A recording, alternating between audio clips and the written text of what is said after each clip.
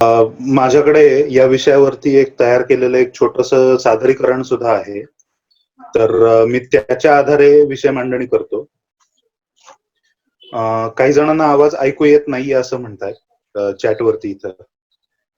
तर 1 मिनिट वाट बघूयात दुरुस्त होईपर्यंत का पुढे जाऊ?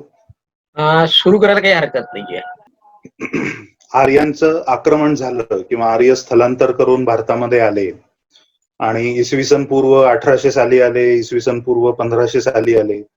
असे वेगवेगळे त्यामध्ये प्रवाद आहेत आणि त्यालाच आर्य प्रश्न असं म्हणतात. उलट-सुलट चर्चा त्याच्यावर जगभरात चालू आहे.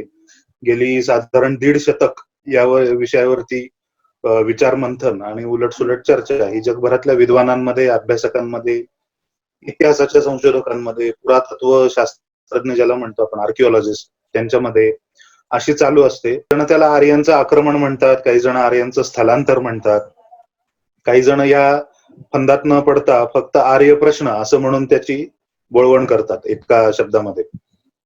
तर हा अभ्यास सगळा जो आहे तो कशासाठी करायचा मुळात त्याचा आधी हेतू समजून घेतला पाहिजे. म्हणजे तो जर हेतू स्पष्ट असेल अभ्यास का करायचा तर मग त्या दृष्टीनं या प्रश्नाकडे बघणं होतं स्वाभाविकपणे.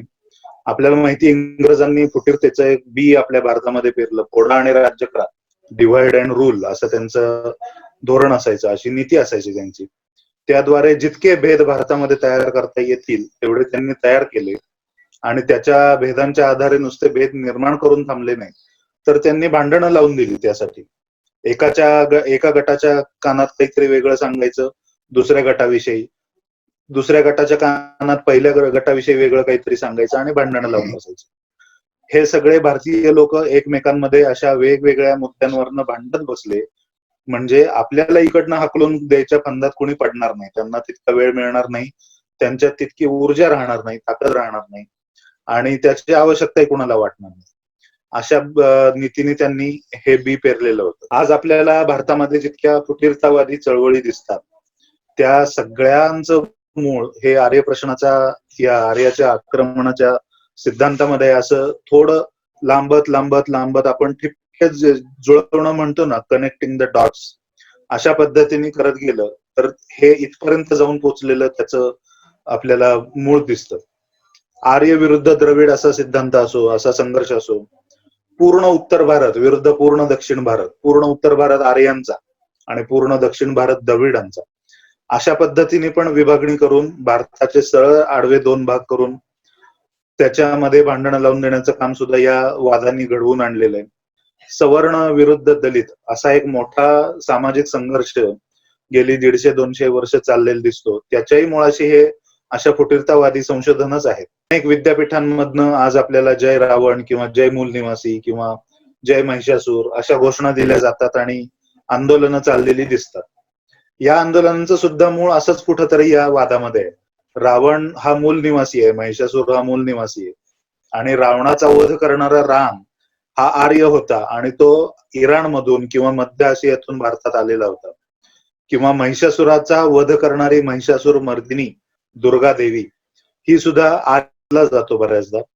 हे कुठून वाटतं तुम्हाला राम बाहेरनं आला किंवा दुर्गा बाहेरनं आली असं विचारलं की लोक स्वाभाविकपणे सांगतात की ते बघा ते आर्यांचं संशोधन जे आहे प्रसिद्ध जगभरामध्ये अमुक ठिकाणी उपलब्ध आहे, तमुक ठिकाणी उपलब्ध आहे, ठिकाणी उपलब्ध आहे आणि या सगळ्या संशोधनाचं तिकडं ते बोट दाखवतात, त्याच्याकडे अंगुली निर्देश करतात आणि म्हणतात की हे या संशोधनाच्या आधारे आम्ही असं म्हणतो की राम आणि त्याचे सगळे पूर्वज रघुवंश किंवा दुर्गा आणि तिचे सगळे पूर्वज हे सगळे भारताबाहेरनं कुठून कुठून आलेले होते, स्थलांतर केलं असेल, आक्रमण केलं असेल आणि महिषासूर हा मूल निवासी होता, रावण हा मूल निवासी होता.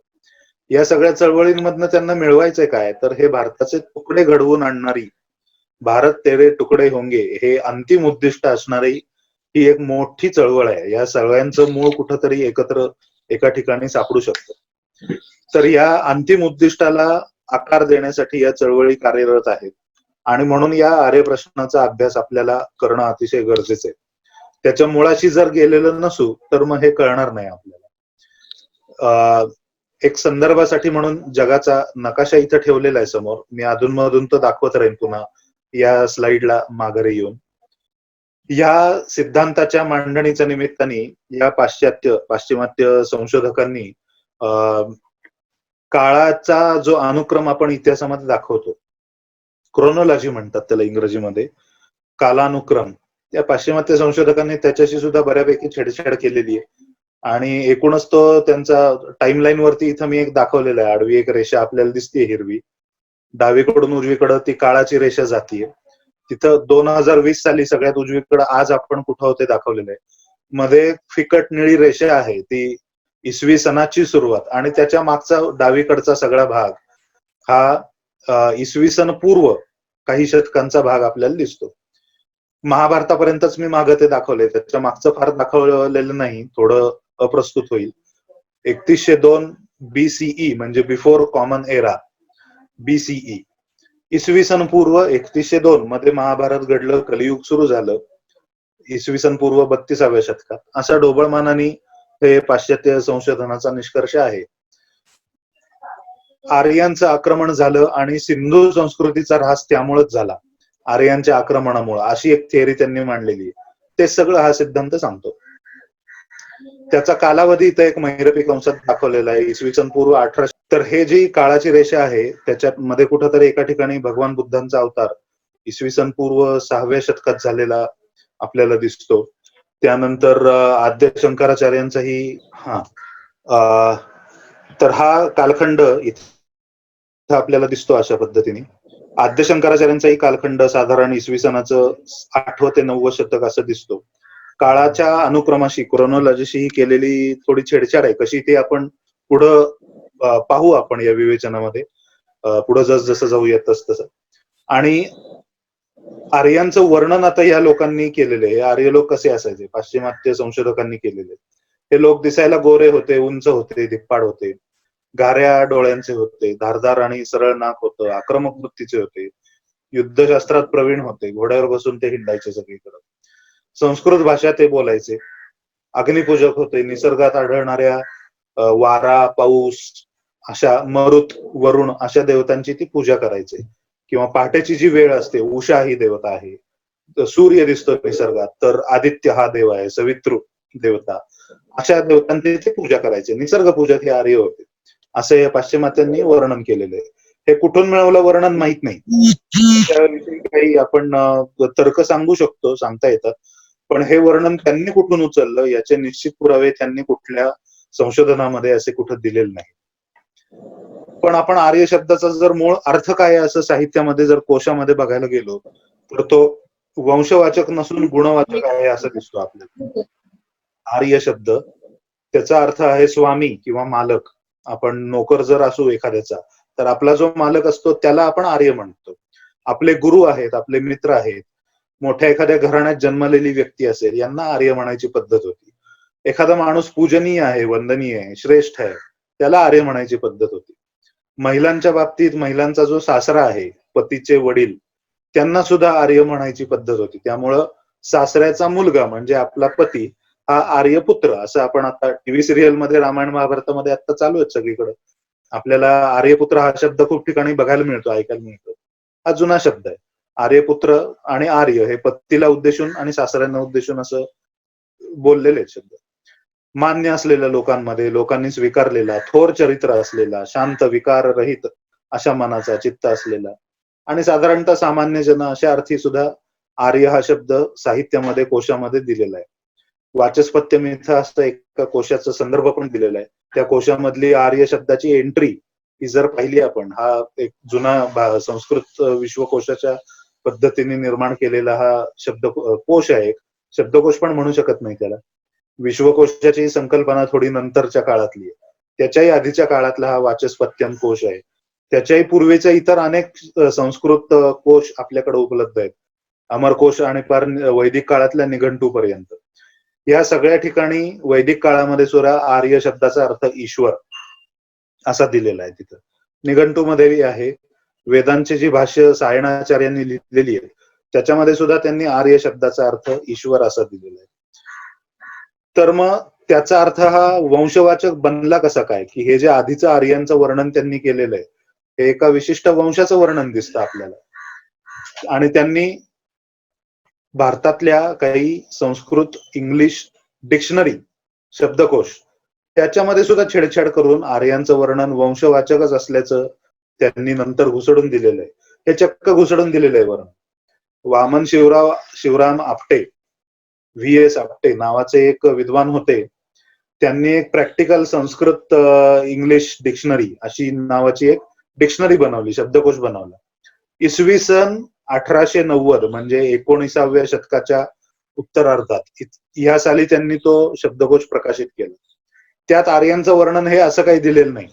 इथं पुढच्या या शब्दकोशातलं हे जे वर्णन आता आपल्याला दिसतंय मी दाखवलेलं, हेच सगळं वर्णन त्यांनी आर्य शब्दाचा अर्थ म्हणून दिलेलं आहे. पण क्रमांक 1 चा अर्थ भारताच्या बाहेरून, मध्य आशियातून, इराणमधून भारतामध्ये स्थलांतर करून आलेली एक जमात, एक वंश, एका वंशाचे लोक असा अर्थ त्यांनी घुसडून आत्ताच्या त्याच्या वेब एडिशन मध्ये, त्या डिक्शनरीच्या वेब एडिशन मध्ये घुसडलेला दिसतो. ही वेब एडिशन जी आहे ही मिशिगन आणि शिकागो या 2 अमेरिकन विद्यापीठांनी स्पॉन्सर केलेली आहे. त्याला त्यांनी अर्थसहाय्य दिलेलं आहे आणि त्यांच्याच सर्व्हरवरती त्यांनी होस्टिंग पण या वेबसाईटचं केलेलं आहे, या वेब एडिशनचं केलेलं आहे. आणि त्यांचेच सगळे एडिटर्स आणि संपादक आता त्यांचंच मंडळ आहे या विद्यापीठातल्या अभ्यासकांचं. आणि त्यांनी ही अशा पद्धतीने सर्रास छेडछाड केल्यामुळं नंतरच्या काळात हा वंशवाचक शब्द आता रूढ होताना दिसतोय आणि त्यामुळे हा फार गंभीर मुद्दा होऊन बसलेला आहे. याचं मूळ जर बघायला गेलो तर थोडं भाषाशास्त्रीय तो वाद असल्याचं लक्षात येतं. भाषाशास्त्र म्हणजे लिंग्विस्टिक्स ज्याला इंग्रजीमध्ये म्हणू आपण. सर विल्यम जोन्स नावाचे एक 17व्या शतकाच्या उत्तरार्धात 18व्या शतकामध्ये भारतामध्ये इंग्लंडमधून पाठवण्यात आलेले एक न्यायाधीश होते. त्यांना इंग्लंडमधून पाठवण्यात आलेलं होतं न्यायाधीश म्हणून. न्यायदानाचं काम इथं करायचं, मग त्यासाठी इथल्या लोकांची संस्कृती माहिती असायला पाहिजे म्हणून त्यांनी संस्कृत भाषेचा अभ्यास केला, ग्रंथांचा अभ्यास केला. आणि या सगळ्या अभ्यासामधून मग त्यांना असं लक्षात आलं की युरोपीय भाषा, अनेक युरोपीय भाषा, लॅटिन असेल, इंग्लिश आहे, ग्रीक भाषा आहे, गॉथिक आहे, अशा सगळ्या भाषांचा आणि भारतीय भाषांचा तुलनात्मक संस्कृत सारख्या भाषांचा अभ्यास करताना त्यांना त्याच्यामध्ये काही समान ठिकाणं, साम्य स्थळं ही त्याच्यामध्ये दिसायला लागली. आणि मग त्यांनी असं एक तर्क मांडला, एक गृहीतक समोर ठेवलं की भारतीय भाषा म्हणजे इंडो लँग्वेजेस आणि युरोपीय भाषा म्हणजे युरोपियन लँग्वेजेस यांचा सगळ्यांचा एक गट बनतो, इंडो युरोपियन ग्रुप असं त्यांनी नाव दिलं. ह्या सगळ्या भाषा बोलणारे जे लोक आहेत भारताच्या बाहेर युरोपात पसरलेले आणि भारतात पसरलेले, आणि युरोप आणि भारत यांना जोडणाऱ्या मधल्या, इथं मी नकाशा दाखवतो, नकाशामध्ये माझा माऊसचा कर्सर दिसत असेल, भारत इथं दिसतोय आपल्याला आणि युरोप इकडं डाव्या कोपऱ्यात वरती दिसतोय. याच्या मधल्या सगळ्या परिसरामध्ये या दोन्ही भाषा बोलणाऱ्या भाषांची जी जननी असेल, युरोपियन भाषा आणि इंडियन भाषा यांची जननी, त्याला त्यांनी युरोप आणि इंडियन भाषांच्या पूर्वीची भाषा म्हणजे प्रोटो इंडो युरोपियन PIE असं भाषेला नाव दिलं. अशी कुठली तरी एक भाषा त्या काळी, प्राचीन काळी अस्तित्वात असावी. ती भाषा बोलणारे लोक या मधल्या परिसरात कुठंतरी मध्य आशियामध्ये, इथं गवताळ प्रदेश होता, स्टेप्पीज त्याला म्हणतात, तिथं ते राहत असावेत. आणि तिकडनं मग ते स्थलांतर होत होत होत बाकीच्या जगभरात, पश्चिमेकडे युरोपात आणि पूर्वेकडे आणि दक्षिणेकडे भारतात, इराणमध्ये, आफ्रिकेत असे पसरलेले असावेत असं त्यांनी मांडलं. तिचं मूळ त्यांनी दाखवलं. प्रोटो इंडो युरोपियन भाषेचा तर्क हा आला त्या PIE लँग्वेज.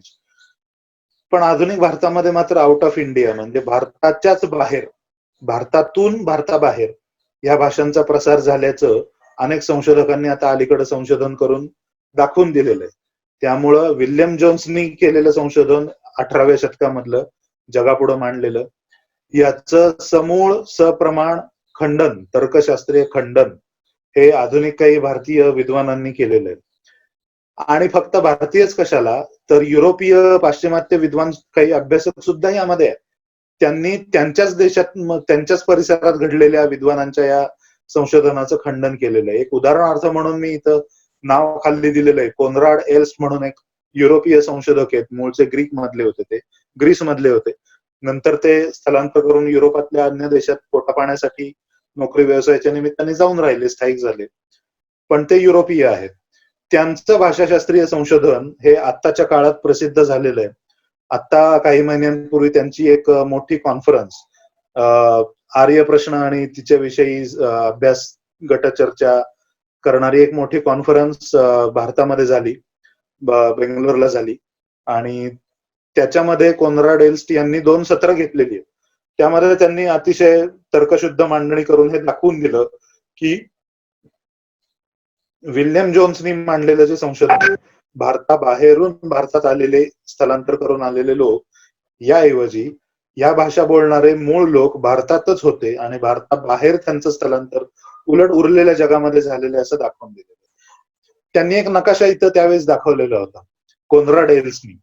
आणि इथं या नकाशामध्ये गडद तपकिरी रंगात भारताच्या पश्चिमेचा जो पॅच इथं रंगवलेला दिसतोय, प्री 5000 BC असं लिहिलेलं आहे. म्हणजे इसवी सन पूर्व 5000 वर्ष सुमारे असा हा कालखंड इथं या भाषा बोलल्या जात असत. 5000 BCच्या साधारण हा लाल रंगाचा पॅच इथं दाखवलेला आहे. इसवी सन पूर्व 4500 मध्ये इथं गुलाबी किंवा अबोली रंगाचा पॅच, ज्यामध्ये रशिया येतो, मध्य आशिया येतो आणि युरोपाच्या काही अलीकडचा भाग येतो, रशियाच्या दक्षिणेचा भाग येतो. त्यानंतर 3000 इसवी सन पूर्व 3000 हा इराण आणि अफगाणिस्तान, इराण ओलांडून पलीकडं या भाषांचा प्रवास पोहोचलेला दिसतो आपल्याला. त्यानंतर साधारण इसवी सन पूर्व 2000 इथं फिक्कट निळ्या रंगाने मध्य युरोप दाखवलेला आहे सगळा. आणि पूर्ण पश्चिमेकडचा युरोप आणि युके किंवा ग्रेट ब्रिटन हा 2000 इसवी सन पूर्व 2000च्या नंतरचा काळ हा निळ्या रंगाने इकडे दाखवलेला दिसतो. आफ्रिकेमधल्या काही भागात त्याची प्रवास झालेला दिसतो आणि भारतातल्या उरलेल्या काही भागामध्ये त्याचा प्रवास झालेला दिसतो. तर असं त्यांनी कोनराड एल्सनी दाखवून दिलेलं आहे की मुळात या भाषांचं मूळ स्थान भारतातच होतं. आणि विल्यम जोन्सच्या थिअरीचं, सिद्धांताचं त्यांनी खंडन करून त्यांचं मोठं संशोधन आहे. अकॅडमियावरती त्यांच्या संशोधनाचा प्रबंध म्हणजे थिसिस हा पब्लिश्ड आहे. आपल्याला फ्री डाउनलोड, मुक्तपणे तो डाउनलोड करून घेता येईल, आपण बघू शकता कधीही. पाश्चात्यांनी हे जे आर्याक्रमणाचे पुरावे मांडलेले आहेत, आर्किओलॉजी आणि उत्खनन करून त्यांच्या आधारे, हे पुरावे प्रत्यक्षात काय सांगतात जरा बघायला पाहिजे. त्यांच्या मते हे जे त्या काळातले सिंधू खोऱ्यातले मूल निवासी होते, तथाकथित मूल निवासी, तथाकथित द्रविड लोक तिथले, त्यांची कत्तल करून त्यांना मारून टाकलं म्हणे, असं ते म्हणतात. पण उत्खननामध्ये तिथं काही मृतदेह सापडलेले, हाडांचे सापळे सापडलेले, त्यांच्या अंगावरती कुठे असे शस्त्रांचे वार किंवा घाव काही दिसत नाहीत. युद्धात कत्तल करून मेलेले जर लोक असतील तर ते किती संख्येने दिसायला पाहिजे, त्याला कत्तल जर म्हणायची असेल. 1-2 मृतदेह जर असतील तर त्याला कत्तल म्हणत नाही. एखाद्याचा हत्या म्हणता येईल, एखाद्याचा वध म्हणता येईल. कत्तल म्हणजे सार्वजनिक, सरसकट कत्तल, असंख्य लोकांचे हत्या केलेली. इतक्या संख्येनं काही ते मृतदेह मिळालेले नाहीये, आजही मिळत नाही. कुठल्या तरी एखाद्या साईट वरती 1-2 मिळतात. मोहेंजोदडो मोठी साईट आहे, हडप्पा मोठी साईट आहे, लोथलची थोडं त्या मानाने लहान साईट आहे, पण लोथलला 2 मृतदेह सापडलेले, हडप्पाला जवळजवळ 31-32 मृतदेह सापडलेले. आणि मोहेंजोदडोला आतापर्यंत जितकी उत्खननं झाली त्याच्यामध्ये साधारण 62-61 मृतदेह सापडलेले, त्याहून जास्त सापडलेले नाही. कत्तल करून मेलेले वाटावे इतक्या संख्येने काही संख्या मिळत नाही. त्यातले पोस्टमॉर्टम ज्याला आपण म्हणतो, फॉरेन्सिक, अशा पद्धतीचं पण अनालिसिस काही हाडाच्या सांगाड्यांवरती करण्यात आलं होतं. त्यातनं आलेले निष्कर्ष तर असे आहेत की ते नैसर्गिकरित्या मेलेले आहेत लोक, त्यांची हत्या नाही केलेली, त्यांची विधिवत दफन केलेली दिसतात. त्या काळी आपल्या बौद्धायन शुल्ब सूत्र किंवा बौद्धायनाची गृह्य सूत्र अशांमध्ये जे संस्कारांचे 16 संस्कारांचे उल्लेख आहेत, त्यातला शेवटचा संस्कार म्हणजे अंतिम संस्कार, अंत्यसंस्कार, अंत्येष्टी म्हणतात त्याला. त्याचे वेगवेगळे मार्ग सांगितलेले. आपला मानवी देह हा पंचभूतांचा बनलेला आहे, 5 महाभूतांचा. त्यामुळे जेव्हा या देहाचा शेवट होतो, देह आपला मृत्यू होतो, तेव्हा हा देह या 5 भूतांपैकी कुठल्या तरी एका पंचमहाभूताला सोपवून टाकायचा, सुपूर्त करायचा. मोठ्या प्रमाणावरती हिंदू समाजामध्ये दहन केलं जातं, म्हणजे काय, अग्नीकडे सुपूर्त केला जातो मृतदेह. तसं नदीमध्ये सोडून देणं म्हणजे जल, आप या पंचभूतांपैकी एका महाभूताकडे तो मृतदेह सोपवून देणं, असं पण वर्णन या गृह्य सूत्रांमध्ये आहे. बौद्धायनाच्या गृह्य सूत्रात आहे, शांखायनाच्या गृह्य सूत्रात आहे, ही वर्णनं आहेत. आणि अशा पद्धतीने विधिवत त्यांची दफन केलेली दिसतात. काहींची दफन पण आहेत, म्हणजे पृथ्वी जमिनीमध्ये पृथ्वी या तत्वाकडे त्यांचा मृतदेह सोपवून द्यायचा. काही लोक तर गुदमरून मेल्याची चिन्ह आहेत. अतिशय दोन तीनच मृतदेहांवरनं डीएनएचे सॅम्पल्स मिळाले. ते इतके प्राचीन मृतदेह आहेत, हजारो वर्षांपूर्वीचे. कुजलेलं असतं सगळं, तिथं काही डीएनएचे सॅम्पल्स प्रत्यक्षात काही मिळत नाहीत. परंतु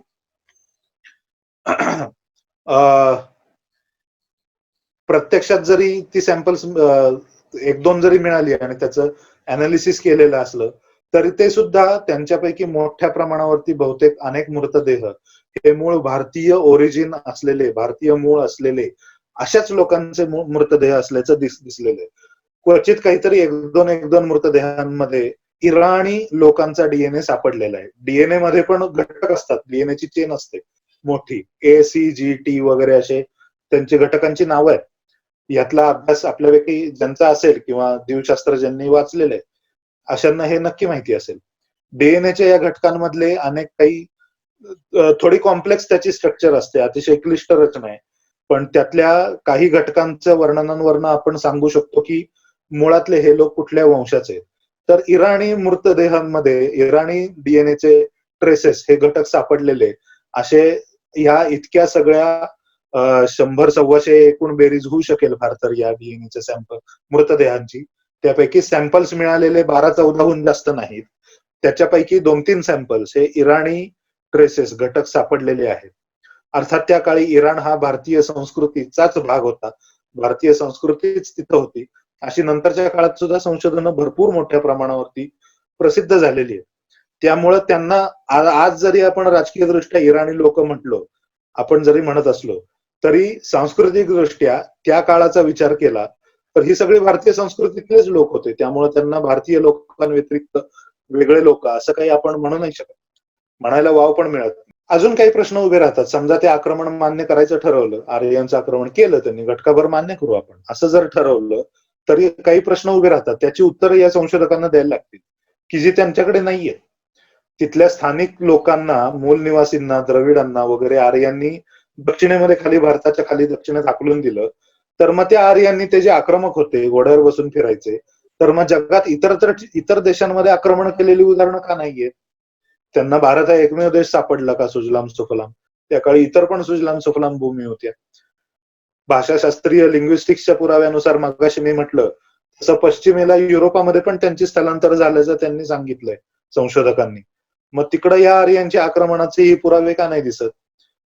तिथं सिंधूच्या खोऱ्यामध्ये, सरस्वतीच्या खोऱ्यात एकदा स्थायिक झाले की हे मूळचे सगळे आक्रमक स्वभावाचे आर्य होते. हे काय मग अचानकच शांत झाले आणि मग वेदांमधली कल्याणकारी सूक्त आहेत, उपनिषद आहेत, तत्वज्ञान आहे, प्रगत विज्ञान आहे, हे सगळं, या सगळ्या गोष्टींमध्ये, कल्याणकारी गोष्टींमध्ये ते अचानक रमायला लागले, मूळचा आक्रमक स्वभाव विसरून गेले. असं कसं काय घडलं असेल? जर तो वंश आहे, जर तो वंशच आक्रमक म्हणून वर्णन केलेला आहे, तर ते जातील तिथे आक्रमकच राहतील. त्यांच्या पुढच्या पिढ्यांना ते तेच शिकवणार की आम्ही जसं त्या गवताळ प्रदेशातनं आक्रमण करून इथं आलो, इथं जिंकलं आणि इथले राजे बनलो, तसं तुम्ही पुढे जा आणि उरलेलं जग जिंका, असं त्यांनी पुढच्या पिढ्यांना शिकवलं असतं.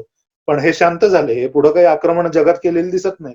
त्यामुळे या प्रश्नाचं उत्तर काही या थिअरीचे जे सपोर्टर्स आहेत, त्याचं पाठराखण करणारे जे आहेत त्याचे, त्यांच्याकडे याचं उत्तर काही. हराप्पा, मोहेंजोदडो, राखीगढी, धोलावीरा, लोथल अशी नगरं जी ओस पडलेली सापडली उत्खननांमध्ये, त्यांनी ही आर्यांनी जर जिंकलेली नगरं होती, तर ती मोकळी कशी काय सोडून दिली त्यांनी? तिथून ते पुढे कुठे निघून गेले? ते अजून कुठं निघून गेले? का त्यांना सुद्धा बाहेरनं अजून कोणी येऊन जिंकलं? ह्या सगळ्या प्रश्नांची उत्तरं त्यांच्याकडे नाहीये. बरं, ते द्रविड समजा स्थलांतर करून आले दक्षिणेत असं मानलं घटकाभर, तरी दक्षिणेत सुद्धा काहीतरी त्यावेळेस मूळ लोक असतील ना तिथं दक्षिणेत राहणारे. मग त्यांनी त्या काय झालं, त्यांनी त्यांचं स्वागत केलं का तिथं सुद्धा त्या मूळ निवासींचा, दक्षिणेतल्या आणि द्रविडांचा, उत्तरेकडनं स्थलांतर करून येणाऱ्या, त्यांचा पण पुन्हा संघर्ष झाला, त्यांच्यात पण वणवे पेटले, तिथेही कत्तली झाल्या, असं काही झालं का? झालं असेल तर मग त्याचे पुरावे मिळतात का? तसे मृतदेह आहेत का? मग जर हे द्रविड लोक सगळे सिंधू संस्कृतीतनं आलेले होते, तर आपली मूळ सिंधू संस्कृती तिथं आपल्या सोबत नेली त्यांनी आणि तिथं रुजवली, अशी लक्षणं कितपत दिसतात? आर्यांची जी संस्कृत भाषा होती तीच नंतर द्रविडांनी त्यातनं साहित्य निर्मिती केली. अतिशय उच्च थोर साहित्य निर्मिती दक्षिण भारतामध्ये संस्कृत भाषेतून घडलेली दिसते आपल्याला. मग जर हे तिकडनं पराभूत होऊन किंवा हाकलले गेलेले लोक असतील तर त्यांनी आक्रमकांची म्हणजे जेत्यांची भाषा आत्मसात केली आणि त्यातून उच्च साहित्य निर्मिती केली, असं कसं काय घडलेलं असू शकतं? असे काही तार्किक प्रश्न उभे राहतात. या तर्कांना त्यांच्याकडे उत्तर नाही. आणि असे प्रश्न विचारायला लागले की ह्या सिद्धांताचे सगळे जे समर्थक आहेत ते शामरुख कसं असतं माहितीये ना आपल्याला, वाळूमध्ये डोकं खुपसून बसतं, आतमध्ये वाळूमध्ये डोकं खुपसून, की मला काही आजूबाजूचा दिसत नाही, मला काय ऐकू येत नाही. अशा पद्धतीने वाळूत डोकं खुपसून हे सगळे विद्वान गप्प बसतात आणि दडी मारतात कुठंतरी. या तर्कांना त्यांची उत्तर काही नाहीये. मग प्रत्यक्षात तिथं काय घडलं होतं हे आपण कसं शोधावं लागेल? तर आपल्याला एक माहिती असेल की वैदिक वर्णनं जी आहेत, प्राचीन संस्कृत साहित्यातली वेदांच्या संहिता आहेत, ब्राह्मण ग्रंथ आहेत, रामायण महाभारत आहे, पुराण आहेत, हे सगळं वाङ्मय मानलं जातं. हे काही इतिहास आहे असं हे पाश्चिमात्य जग मानत नाही. मग हे इतिहास केव्हा मानायला लागेल?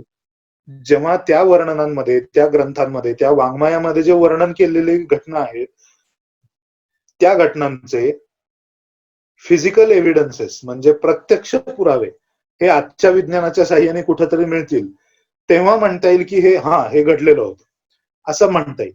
तर मग वाङ्मयात वर्णन केलेली एखादी गोष्ट, आधुनिक विज्ञानानं पुरावा मिळणारी, पुराव्याने साबित होणारी एखादी गोष्ट, हे दोन ठिपके जोडले की मग म्हणता येतं की हे वाङ्मय म्हणजे वाङ्मय नाही, इतिहास आहे आता त्यावेळेस म्हणता येतं. तर आपल्याला त्याचा इतिहास, या प्राचीन वाङ्मयाचा अभ्यास केला पाहिजे. आणि आधुनिक विज्ञानामध्ये या ज्या आधुनिक ज्ञानशाखा आहेत वेगळ्या वेगळ्या, पुरातत्व, आर्किओलॉजी आहे, मानववंशशास्त्र आहे, अँथ्रोपॉलॉजी, खगोलशास्त्र आहे, ॲस्ट्रॉनॉमी, हवामानशास्त्र आहे, मेटेओरॉलॉजी, समुद्र विज्ञान आहे, जिओलॉजी आहे, भूविज्ञान, समुद्र विज्ञान, ओशनोग्राफी आहे, भूविज्ञान, जिओलॉजी, कृषी विज्ञान, यांचा अभ्यास करायला लागेल. तर्कशास्त्र वापरावे लागेल. हे कॉरोबोरेशन, दोन मुद्दे जोडणाऱ्या साखळ्या, या लिंक्स आपल्याला शोधाव्या लागतील. आणि मग हे सिद्ध करून दाखवता येईल की हे सगळं प्राचीन आमचं जे वाङ्मय आहे हा इतिहास आहे, हे खरं आहे. हे नुसतं वाङ्मय नाही, ही मायथॉलॉजी नाही, हे खरं आहे, हे घडलेल्या गोष्टी आहेत, हा इतिहास आहे. आणि हे सगळे पुरावे शास्त्रीय कसोटीवरनं तपासून घेता येतील. एक दोन उदाहरणं आपण बघू. उदाहरणार्थ म्हणून कसं करता येईल हे. नद्यांची स्थिती, वैदिक आणि रामायण महाभारतातली वर्णनं आहेत, त्याच्यामध्ये ऋग्वेदामध्ये वसिष्ठ, विश्वामित्र, गृत्समद वगैरे ऋषींनी सूक्तांमध्ये नदींची स्तुती केलेली आहे, वेगवेगळ्या नद्यांची स्तुती आहे. सिंधू नदीची स्तुती आहे, त्यामध्ये सरस्वती नदीची स्तुती आहे, शुतुद्री नदीची स्तुती आहे, यमुना नदीची स्तुती आहे. या सगळ्या नद्यांची स्तुती त्यांनी केलेली आहे, प्रार्थना केलेली आहे. नद्या या लोकमाता मानायची पद्धत होती. आणि त्यामध्ये सरस्वती नदीचं वर्णन ही सर्वात मोठी, श्रेष्ठ, अतिशय रुंद पात्र असणारी, अतिशय खळबळत्या प्रवाहाची, मार्गात वाटेत जे येईल त्याला ती आपल्या सोबत घेऊन वाहत पुढे जाते, अशा पद्धतीची ही नदी असलेली वर्णनं, नदी तमे, अंबी तमे, अशी वर्णनं ऋग्वेदामध्ये दिसतात. वसिष्ठ आणि विश्वामित्रांच्या मंडलांमध्ये, त्यांच्या सूक्तांमध्ये ही वर्णनं मोठ्या प्रमाणावर दिसतात. गृत्समदांनी काही केलेली. पुढच्या काळात जेव्हा रामायणाची घटना घडलेल्या होत्या आणि त्यांचं अंकन रामायणामध्ये वाल्मिकींनी केलेलं आहे, आणि त्याच्याही पुढच्या काळामध्ये महाभारताच्या घटना घडल्या आणि त्याचं वर्णन व्यासांनी महाभारतामध्ये केलेलं आहे. तर या वर्णनामध्ये त्याच सरस्वती नदीची वर्णनं ही हळूहळू लहान लहान क्षीण होत गेलेली अशी दिसते. वाङ्मयीन वर्णनं काय दिसतात? वैदिक संहितेमधली रामायण महाभारतातली पाहिली आपण. रामायणामध्ये ही वर्णन अजून लहान नदी झालेली आहे. महाभारतामध्ये तिचा अजून प्रवाह क्षीण झालेला दिसतो. महाभारताच्या युद्धाच्या वेळेस कृष्णाचा भाऊ बलराम हा युद्धामध्ये सहभागी न होता तीर्थयात्रेला निघून गेलेला आहे, असं कथा आहे, वर्णन आहे त्यात. तर त्याच्या तीर्थयात्रेच्या वर्णनामध्ये त्यांनी सिंधू नदीला भेट दिली, सिंधू नदीचं दर्शन घेतलं असं वर्णन आहे. आणि सिंधू नदीच्या कडेने बलरामाचा प्रवास होताना सौराष्ट्र म्हणजे कच्छ, गुजरातमध्ये, वाळवंटामध्ये, मरुभूमीमध्ये, तिथं मरुभूमी म्हणजे वाळवंट, तिथंही सरस्वती नदी लुप्त होते असं तिथं वर्णन आहे. म्हणजे सरस्वती नदी त्या वाळवंटामध्ये त्या काळात लुप्त होऊन गेली होती. नदी तमे, अंबी तमे वगैरे वैदिक काळातली वर्णनं आणि लहान लहान होत आलेली नदी, आणि त्यामुळं मग नद्यांच्या काठी असलेली संस्कृती, वसलेली शहरं ही स्वाभाविकपणे ओस पडलेली असणार, लोक दुसरीकडे निघून गेलेले असणार, त्यामुळं व्यापारावरती परिणाम झालेला असणार. उरलेल्या लोकांचा व्यापार धड चालणार नाही. आणि त्यामुळे हे उरलेले लोक सुद्धा मग हळूहळू आहे ती गावं सोडून दुसरीकडे स्थलांतरित होणार. आणि म्हणून मोहेंजोदडो, हराप्पा, लोथल, धोलावीरा, राखीगडी असे ठिकाणं ओस पडलेली आपल्याला दिसतात. पण वाङ्मयीन वर्णनं ही झाली. पण खरंच नदीचा प्रवाह तसा आटत गेला होता का? याची हायड्रोलॉजी मध्ये, जिओलॉजी मध्ये काय संशोधनं आहेत, तर ती संशोधनं सुद्धा करण्यात झालेली आहेत. आणि काही भारतीय लोकांनी केलेली, काही परदेशी पाश्चात्यांनी भारतामध्ये येऊन त्यांच्या पीएचडी साठी, त्यांच्या थिसिस साठी ही वर्ण अभ्यास केलेला आहे त्याचा. आणि त्यांनी ही प्रबंधांमध्ये, थिसिसमध्ये ही वर्णनं लिहून ठेवलेली आहेत. त्या वर्णनांनुसार सुमारे इसवी सन पूर्व 50,000 वर्ष ते इसवी सन पूर्व 13,000 वर्ष, किती मागचा कालखंड मी सांगतोय कल्पना करा. डोळ्यासमोर ती काळाची रेषा आणा. इसवी सनाच्या माग 50,000 वर्ष ते इसवी सनाच्या माग 13,000 वर्ष, हा जो मागचा कालखंड आहे, या मागच्या कालखंडामध्ये सतलज नदी, आजची सतलज म्हणजे वैदिक वर्णनांमध्ये शुतुद्री असं तिचं नाव आहे. महाभारत रामायणामध्ये शतद्री असं पण तिचं दुसरं नाव दिसतं. शुतुद्री म्हणजे ही सतलज नदी आणि यमुना यांचे प्रवाह बदलत गेले. या दोन्ही नद्या पूर्वी सरस्वती नदीला येऊन मिळत होत्या आणि म्हणून सरस्वतीमध्ये मोठ्या प्रमाणावरती पाण्याचा प्रवाह वाहताना आपल्याला दिसतो, स्वाभाविक आहे. पण या दोन्ही नद्यांचे प्रवाह बदलले, पात्र बदलली, त्यांच्या दिशा बदलल्या. इसवी सन पूर्व 50,000 ह्या काळाच्या दरम्यान कधीतरी यमुना नदी ही हिमालयातनं वाहत वाहत वाहत सरस्वती नदीला मिळत होती, पश्चिमेकडे वाहत होती. ती एका भूकंपामुळं तिचं पात्र बदललं आणि ती पश्चिम वाहिनी होण्याऐवजी पूर्व वाहिनी झाली आणि पूर्वेकडे गंगेला जाऊन ती मिळायला लागली इसवी सन पूर्व 50,000च्या कालखंडात. त्यामुळे सरस्वतीचं पाणी कमी झालं. नंतर इसवी सन पूर्व 13,000 मध्ये काय झालं, अशाच काही भौगोलिक घटनांमुळं सतलज नदी जी आहे, शुतुद्री नदी, ही हिमालयातून, काश्मीरमधून, दिल्ली, कुरुक्षेत्र वगैरे या परिसरातनं थेट दक्षिणेकडे येत होती. हिमाचल प्रदेशातून, हरियाणामधून थेट दक्षिणेकडे येत होती आणि सरस्वतीला मिळत होती. तर तिचा पण प्रवाह बदलला, तिचंही पात्र बदललं. ती दक्षिण वाहिनी जी होती सतलज, शुतुद्री, तिच्याऐवजी ती पश्चिम वाहिनी बनली आणि पश्चिमेकडे ती जाऊन सिंधू नदीला मिळायला लागली. आणि त्यामुळे सरस्वतीच्या मोठ्या उपनद्या दोन पात्र बदलल्यामुळं आणि अशाच घटना अजून लहान लहान प्रवाह, लहान लहान ओघ, लहान लहान ओढे, नाले त्यांच्याही बाबतीत घडलेलं आहे. त्यामुळे हे सगळे उपनद्या, या सगळ्या इंग्रजीला कॉन्ट्रीब्युटरी म्हणतात, अशा सगळ्या नद्यांचे प्रवाह बदलले, पात्र बदलल्यामुळं सरस्वती नदी आटत गेली, अशी संशोधनं हायड्रोलॉजी, जिओलॉजी मध्ये प्रसिद्ध आहेत. आणि मग वाङ्मयीन वर्णनांमधल्या ह्याच्याशी जुळतं हे, त्यांना आधार मिळाला, कोरोबरेशन झालं.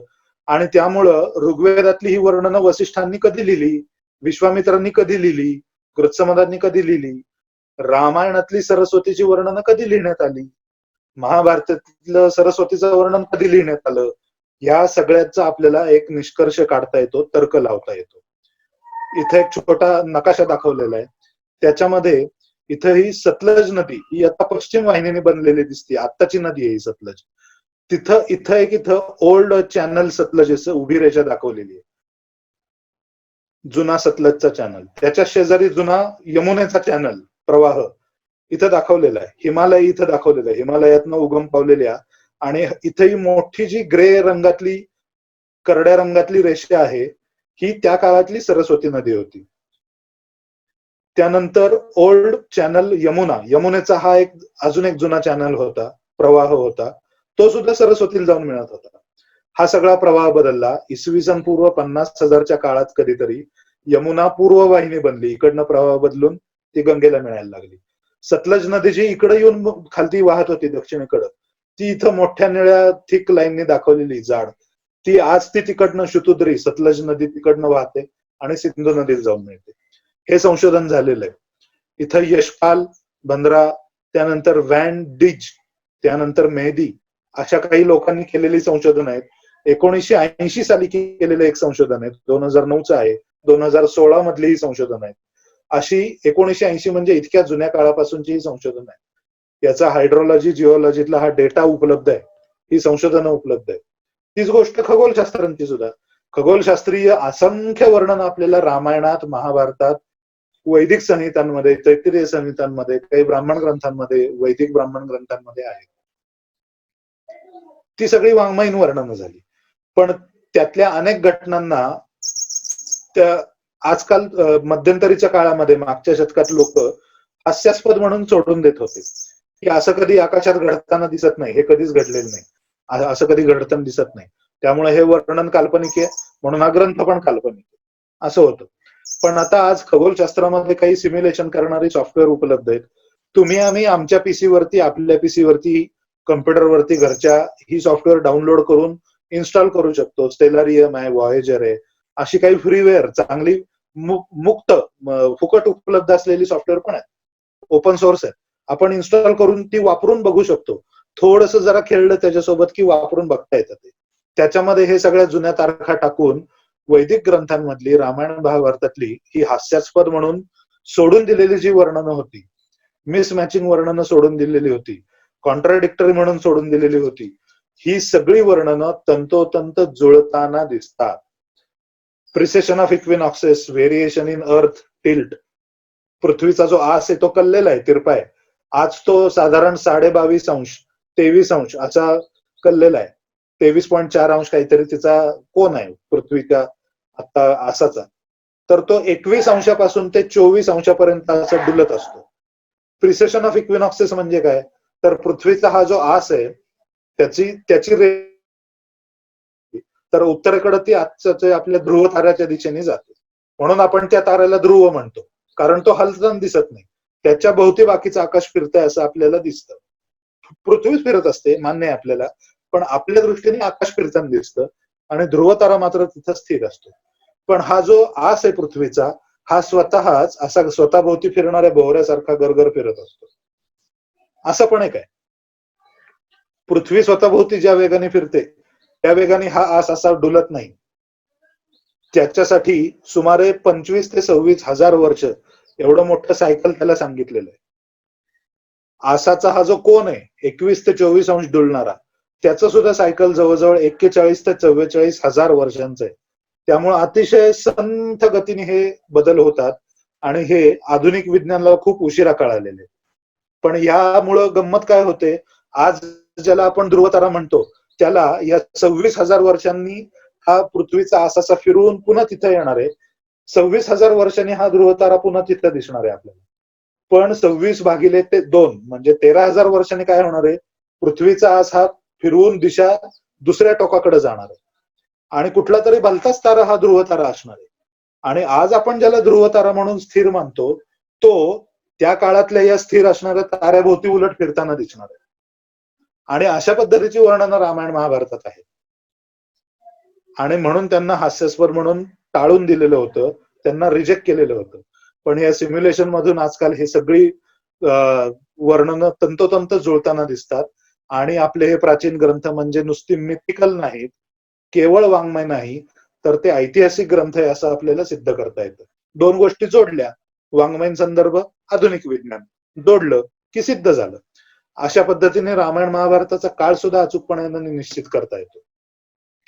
नद्यांची वर्णनं आणि आत्ताची मी खगोलशास्त्रीय सांगितली, त्यातनं मी आधी दाखवलेली काळाची रेषा आठवा पहिल्या स्लाइडमध्ये, आणि ही आता ही नवीन जी बनलेली आहे ही कशी दिसते ही पहा. पविवर्तक नावाचे एक मोठे विद्वान भारतामध्ये होऊन गेले, महाराष्ट्रातलेच होते, त्यांची काही पुस्तकं प्रसिद्ध आहेत. श्रीकांत तळगेरी मुंबईमध्ये राहतात.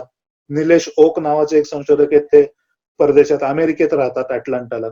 भारतातले अजूनही अनेक संशोधक आहेत, सगळ्यांची नावं इथं टाकणं शक्य नाही, पण वेदवीर आर्य आहेत, प्रबुद्ध म्हणून एक आहेत, लोकमान्य टिळकांचं संशोधन प्रसिद्ध आहे. अशा पद्धतीचे अनेक भारतीय संशोधकांची संशोधनं यातली आपल्याला प्रसिद्ध आहेत.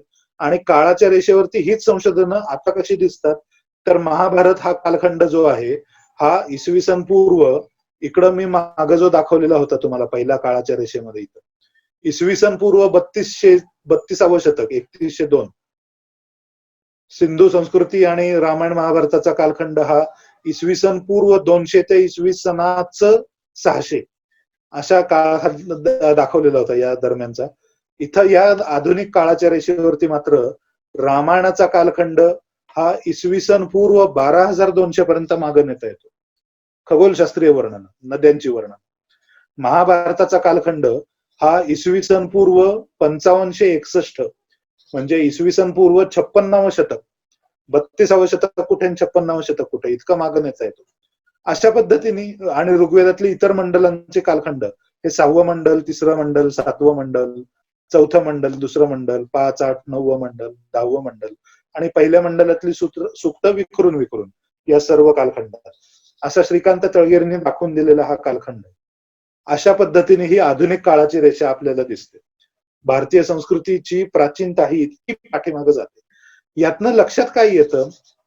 यातनं लक्षात येतं की हे इसवी सन 1800 मध्ये, इसवी सन पूर्व 1800 मध्ये, इसवी सन पूर्व 1500 मध्ये आर्यांचं आक्रमण झालं आणि ते लोक तिकडनं भारतात त्यावेळेस आले, हे म्हणणं खोटं ठरतं. कारण ह्याच आर्यांनी बनवलेले जे ग्रंथ आहेत, रामायण, महाभारत, वेद वगैरे वगैरे, जे इथं पुढच्या काळात दाखवलेले आहेत, यांचा कालखंड तर हा इतका पाठीमागच नेतो आधुनिक विज्ञान आपल्याला. आणि त्यामुळे हे आर्य त्यावेळेस हे इसवी सन पूर्व 1800 मध्ये स्थलांतर करून भारतात आलेले नाहीत, तर किमान गेली 22,000 वर्ष, किमान 24,000 वर्ष या आधुनिक काळाच्या रेषेवर बघा आज आपण कुठे आहोत. आणि हे किमान एंड ऑफ ग्रँड सरस्वती इसवी सन पूर्व 22,000 इथे एक दाखवलेलं आहे. इसवी सनाच्या आधीची 22,000 वर्ष आणि इसवी सनाच्या नंतरची आजची 2,000 वर्ष, म्हणजे एकूण ही 24,000 वर्षांचा कालखंड आहे की त्या कालखंडात हे आर्य लोक इथंच राहिलेले आहेत. तीच शतुद्री नदी आहे, तीच यमुना नदी आहे, तीच सिंधू, तीच सरस्वती नदी आहे. त्या सरस्वतीला आज घागरा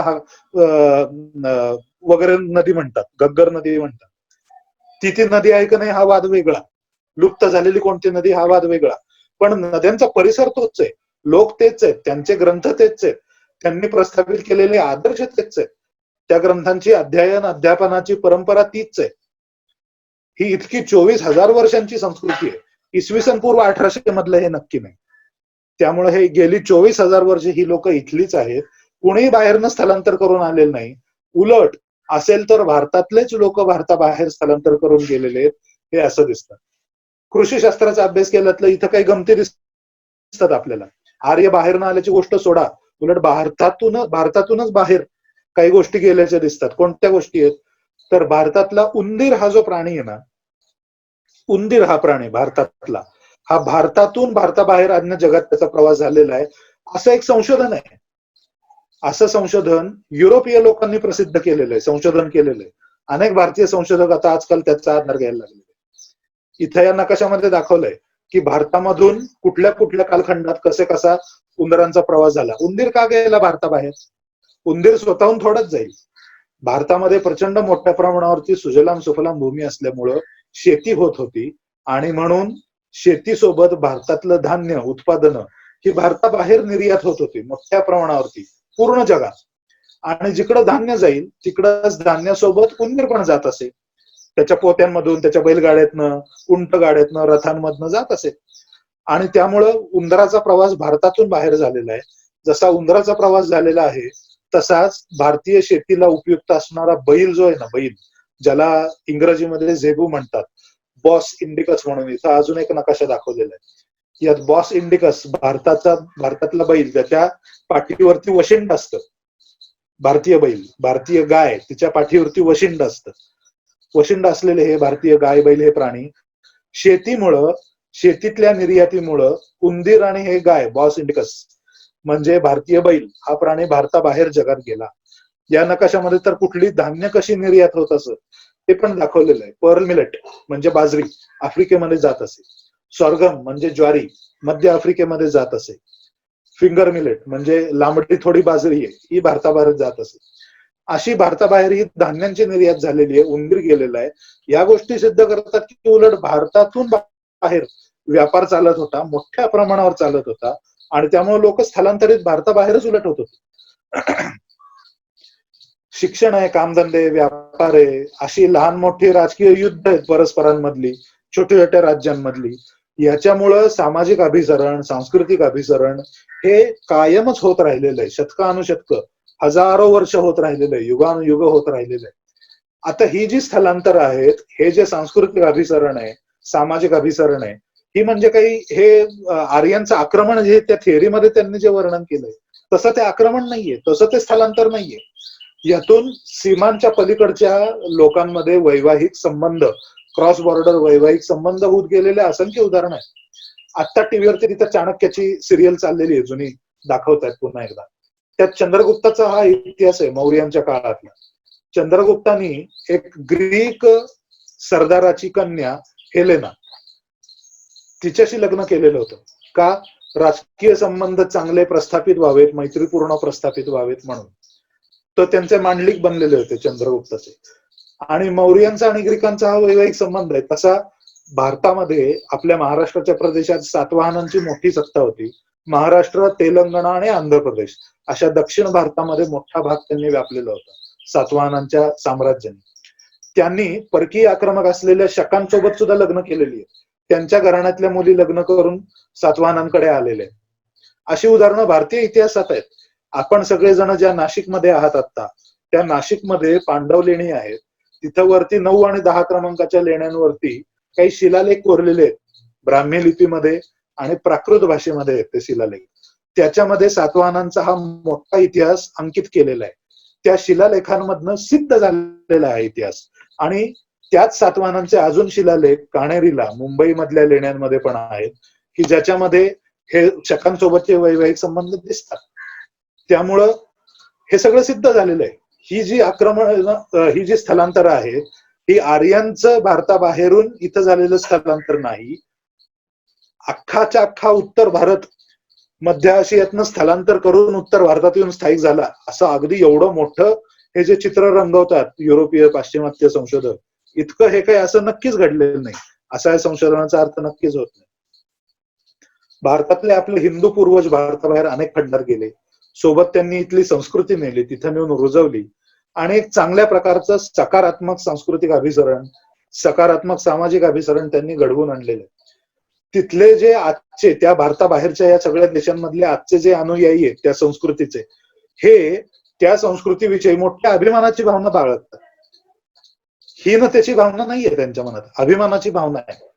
त्यामुळे हे जे अभिसरण घडलेलं आहे याला मी मुद्दाम सकारात्मक अभिसरण म्हणतो. यातनं सुद्धा क्रॉस बॉर्डर वैवाहिक संबंध खूप घडलेले आहेत. कौंडिण्य नावाचा प्रवासी नावेत बसून कंबोडियाला गेला. कंबुज देश, कंबोडियाला गेला. तिथल्या सोमा नावाच्या राजकन्येशी त्यांनी विवाह केला आणि तो तिथला राजा बनला. घरजावाई पण बनला, पण राजाही बनला. आणि इथली भारतीय संस्कृती श्रेष्ठ, जगाच्या कल्याणाचा विचार करणारी संस्कृती त्यांनी तिकडं कंबोडियामध्ये नेऊन रुजवली. आणि आज आग्नेय आशिया आपण ज्याला म्हणतो, साऊथ ईस्ट एशिया, कंबोडिया असेल, इथं जगाचा नकाशा मी टाकलेला आहे, त्यातलं दाखवतो मी तुम्हाला. इथं हा जो म्यानमार, ब्रह्मदेश, लाओस म्हणजे लवदेश, थायलंड, त्यानंतर कंबोडिया, व्हिएतनाम म्हणजे चंपादेश, मलेशिया म्हणजे मलय देश, हा खालचा जावा, सुमात्रा, यवदेश, इंडोनेशिया, इथपर्यंत ही भारतीय संस्कृती ह्या कौंडिण्याने नेऊन पोहोचवलेली आहे. हा जो कौंडिण्य होता त्यांनी आणि कंबू या दोघांनी ही संस्कृती तिथपर्यंत नेऊन पोहोचवलेली. त्यामुळे हे सगळे उपलब्ध जे पुरावे आहेत त्यांचा अभ्यास केल्यावर तात्पर्य काय लक्षात येतं की आज ज्याला तुम्ही भारतीय समाज म्हणता, हिंदू संस्कृती म्हणता, वैदिक संस्कृती म्हणता, हा जो समाज आहे, ही जी संस्कृती आहे, ही सगळी संस्कृती ही बाहेरनं कुठून इथं आक्रमण किंवा स्थलांतर करून आलेली नाही, तर गेली किमान 24,000 वर्ष, बरं का, किमान 24,000. तो 55,000 वर्षांपर्यंतही मागं नेता येतो. पण तितके सबळ पुरावे अजून थोडे उपलब्ध व्हायचे होत आहेत. फक्त निष्कर्ष आहेत तसे, पण सबळ पुराव्यांनी उपलब्ध झालेला हा किमान 24,000 वर्षांचा कालखंड आहे. हा सगळा समाज हा इथंच राहत आलेला आहे, याच देशात राहिलेला आहे. तो मूळचा इथलाच आहे, बाहेरनं इथं आलेला नाही. पाश्चात्यांनी सांगितलं तसं ती जी सिंधू संस्कृती होती, सरस्वती संस्कृती होती, मोहेंजोदडो, हरप्पा, फेन, ही संस्कृती काही नष्ट वगैरे नाही झालेली, ती प्रवाहीच आहे, ती चालूच आहे. ती नगरं नदी आटल्यामुळं ओस पडली, ते लोक बाजूला निघून गेले, कुठं कुठं राहिला, आणि जाताना त्यांनी ती संस्कृती आपल्या सोबत नेलेली आहे. नागरीकरण आणि ती तशा पद्धतीचं स्थापत्य हे अनेक लहान लहान गावांमध्ये त्या पद्धतीची पॉटरी म्हणजे मातीची भांडी वगैरे घडवलेली ही असंख्य लहान लहान खेडेगावांमधनं, उत्खननांमधनं सापडलेली आहे. असंख्य मोठ्या प्रमाणावर सापडलेली. त्या छोट्या छोट्या खेडेगावांची नावं त्यांना दिलेली आहेत. कायथा संस्कृती, जोरवे संस्कृती ही नगर जिल्ह्यातली, पुणे जिल्ह्यातली गावं आहेत ही सगळी. या संस्कृतींना त्याची नावं ती दिलेली आहेत. ही सगळी सिंधू सरस्वती संस्कृतीचीच पिल्ल आहेत. ही तिथूनच विस्तारित होऊन आलेली, तिकडनं इकडं ही स्थलांतर, जी नद्या ओस पडल्या, लोकांना गावं सोडावी लागली, पोटा पाण्यासाठी भटकावं लागलं आणि इकडे यावं लागलं. ही संस्कृती तिथेही सापडलेली आहे. त्यामुळं ही काही नष्ट झालेली नाही, तर ती आज सुद्धा चालू आहे आणि आज अजूनच उत्क्रांत स्वरूपात चालू आहे. त्यामध्ये पाश्चात्य संशोधकांचं संशोधन बघताना त्यांचं काहीतरी वेस्टेड इंटरेस्ट, ज्याला आपण म्हणतो, निहित स्वार्थ, त्यात किती आहे त्यांचा, आणि त्यात खरंच भारतीय म्हटलं पाहिजे असा दृष्टिकोन किती आहे, हे पाहणं आपल्याला गरजेचं आहे. आपण काय करायला पाहिजे ते एक आवाहन म्हणून आपल्या समोर मी विषय ठेवतोय, काही मुद्दे ठेवतोय. आपण हे समजून घेणं गरजेचं आहे, पाश्चात्य संशोधकांचा हेतू. त्याचे परिणाम म्हणून भारतातलं हे जे सामाजिक सौहार्द आहे, सुरुवातीला मी ज्या फुटीरतावादी चळवळींचा उल्लेख केला, वर्णन केलं, हे सौहार्द जर बिघडणार असेल तर ह्या असल्या संशोधनांना चोख उत्तर आपण दिलं पाहिजे. ते उत्तर देता यावं यासाठी याचा काही किमान प्राथमिक अभ्यास आपल्याला माहिती असायला पाहिजे.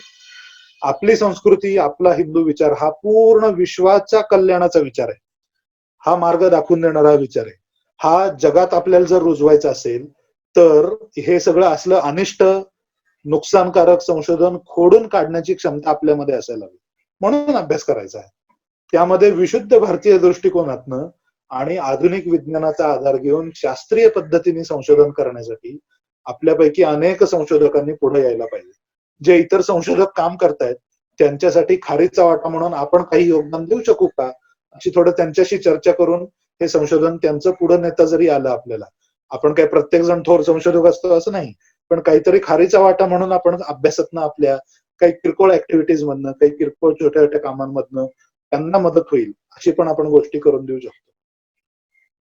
त्यामुळे हा प्राचीन संस्कृतीचा आपला प्रवाह आहे.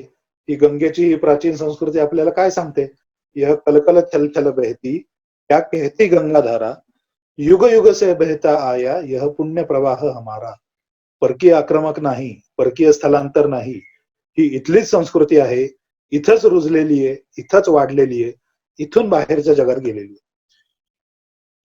संदर्भासाठी काही पुस्तकं दाखवून ठेवतो. अनेक जण विचारतात की हे सगळं वाचायला कुठं मिळेल. डॉक्टर गो ब देगलूरकरांचं प्राचीन भारत, इतिहास आणि संस्कृती म्हणून एक पुस्तक आहे. त्याच्यामध्ये मोठ्या प्रमाणावरती या सगळ्या गोष्टी आपल्याला मिळतील. रवी वर्तकांचा आणि निलेश चोकांचा मी उल्लेख केला मागाशी.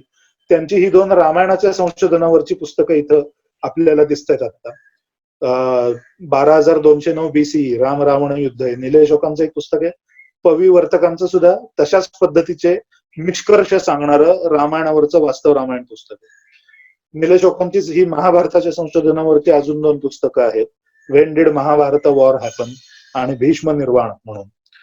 त्यानंतर वेदवीर आर्यांचा मगाशी मी उल्लेख केला, त्यांचंही एक chronology of ancient India, the victim of concoctions and distortions म्हणून एक पुस्तक, मोठा चांगला जाडजूड जवळजवळ 700 पानांचा ग्रंथ आहे. अतिशय अभ्यासपूर्ण आणि पुराव्यांनीशी साबित करत करत हा इतिहास वर्णन केलेला आहे त्यांनी. आणि मगाशी मी जी काळाची रेषा दाखवली त्यातल्या अनेक गोष्टी त्यांच्याही लेखांमधनं घेतलेल्या आहेत आणि या निलेश चोकांच्याही लेखांमधनं आणि वर्तकांच्या लेखांमधनं घेतलेल्या आहेत. इथं श्रीकांत तळगेरींचं आर्यन इन्व्हेजन थिअरी म्हणून पुस्तक आहे, अँड इंडियन नॅशनलिझम. इंग्रजी आहे पण अतिशय अभ्यासपूर्ण आहे. याचे काही अनुवाद इतर भारतीय भाषांमध्ये आहेत, मराठीमध्ये नाहीये झालेला दुर्दैवानी, पण इंग्रजी मात्र आपण उपलब्ध आहे ते वाचू शकतो. वेदवीर आर्यांचं हे जे पुस्तक दाखवतोय क्रोनॉलॉजी ऑफ एन्शंट इंडिया, हे आपल्याला फ्री डाउनलोड उपलब्ध आहे अकॅडमियाच्या वेबसाईटवर. आणि हे पायरसी नाही, कोणीतरी PDF करून तिकडे अपलोड केलंय असं नाही. हे स्वतः वेदवीर आर्यांनी हा विषय पोहोचावा सगळीकडं, सगळ्यांना मुक्तपणे वाचता यावा, अभ्यासता यावा म्हणून स्वतःहून याचं PDF बनवून तिथं अपलोड केलेलं आहे अकॅडमियावरती. आणि त्यांनी स्वतः जाहीर केलेलं आहे की तुम्ही काही या वापरू शकता आणि तुमच्या संशोधनांमध्ये या संशोधनांचा, निष्कर्षांचा आधार घेऊ शकता. श्रीकांत तळगेरींची अजून 2 पुस्तकं आहेत. ऋग्वेदावरचं एक आहे, हिस्टॉरिकल अनालिसिस, आणि जेनेटिक्स म्हणजे जनुकशास्त्र आणि आर्किओलॉजीतनं मिळणारं, पुरातत्व विद्येतनं मिळणारे काही निष्कर्ष असं सांगणारं एक लेख, त्यांचा दीर्घ प्रबंध उपलब्ध आहे. टॉनी जोसेफ नावाच्या एका पाश्चात्य युरोपीय विद्वानांनी श्रीकांत तळगेरींचे काही निष्कर्ष खोडून काढले होते, असं संशोधन प्रसिद्ध केलं होतं. त्या संशोधनाचं पुन्हा खंडन करणारं असं हे एक पुस्तक यांनी प्रसिद्ध केलेलं आहे. त्या तळकरेंच्या आधीच्या संशोधनाची अपेंडिक्स किंवा परिशिष्ट म्हणून आपण या पुस्तकाकडे बघू शकतो. डॉक्टर शरद हेबाळकर हे भारतीय इतिहास संकलन योजना नावाची एक संघ प्रेरणेतून सुरू झालेली इतिहासाचं संकलन करणारी, पुराव्यांवर आधारित इतिहासाचं संकलन करणारी संस्था आहे, योजना आहे. तिचे ते अखिल भारतीय अध्यक्ष आहेत आता. अध्यक्ष की कार्यवाही बहुतेक. आंबेजोगाईला बीड जिल्ह्यात राहतात. त्यांचं हे भारतीय विचार साधनेनं प्रकाशित केलेलं पुस्तक आहे, भारतीय संस्कृतीचा विश्वसंचार.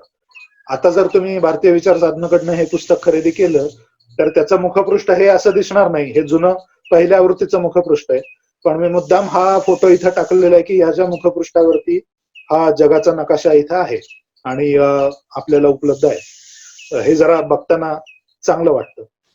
तर सादरीकरण म्हणून होतं, विषय मांडणी म्हणून होतं, एवढं संपलेलं आहे हे आता माझं.